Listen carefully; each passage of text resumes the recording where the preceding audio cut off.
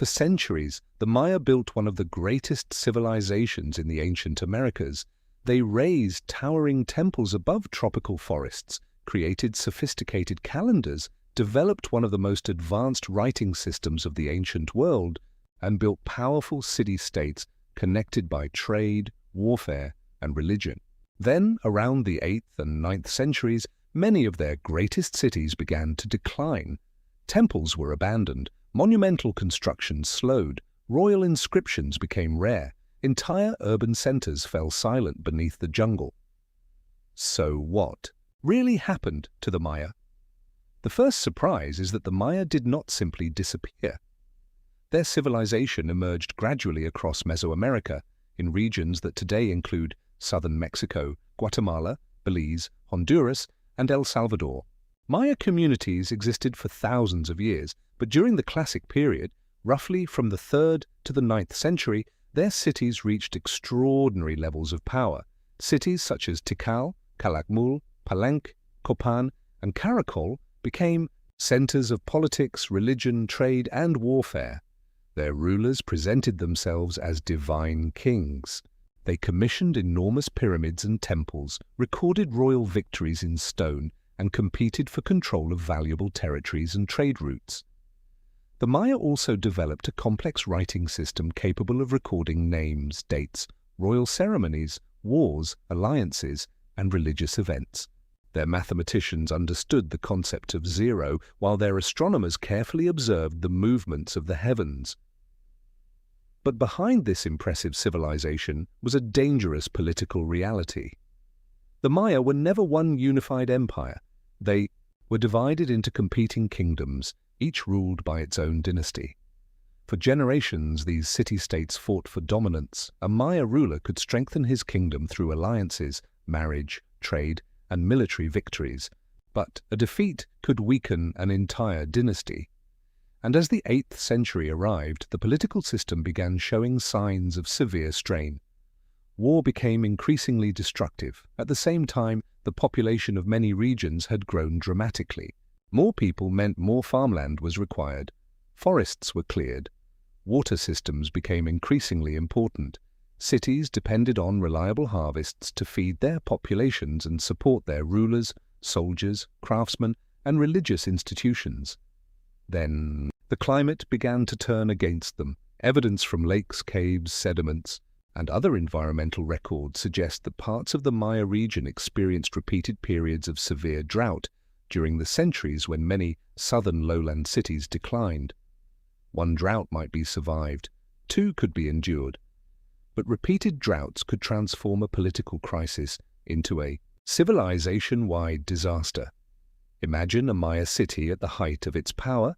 Its temples tower above the surrounding forest, its markets are crowded, its rulers command armies, farmers bring food into the city, priests perform ceremonies, and thousands of people depend on the system functioning exactly as it has for generations.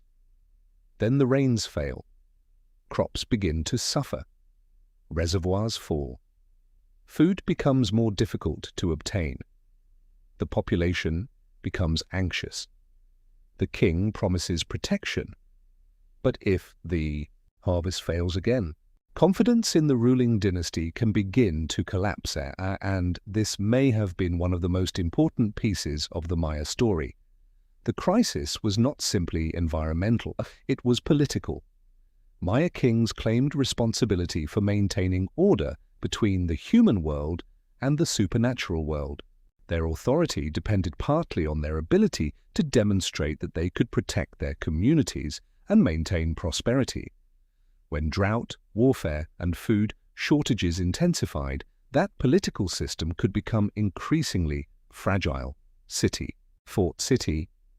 Rulers competed for resources, population pressures increased, and the environment offered fewer opportunities to recover. Then, something remarkable happened. The great southern cities began to decline one after another. At Tikal, monumental construction eventually slowed dramatically. At Palenque, royal power weakened. Across the central lowlands, inscriptions became increasingly rare. The great plazas that had once been filled with ceremonies and political activity became quieter. But there was no single night when the Maya civilization ended. There was no single invading army that conquered every city. Instead, the collapse unfolded unevenly. Some cities declined, others survived. Some regions experienced political breakdown while communities elsewhere continued to prosper. And while the great southern lowland kingdoms were losing power, Maya civilization was changing rather than disappearing. In northern Yucatan, cities such as Chichen Itza became major centers. New political powers emerged, trade networks shifted.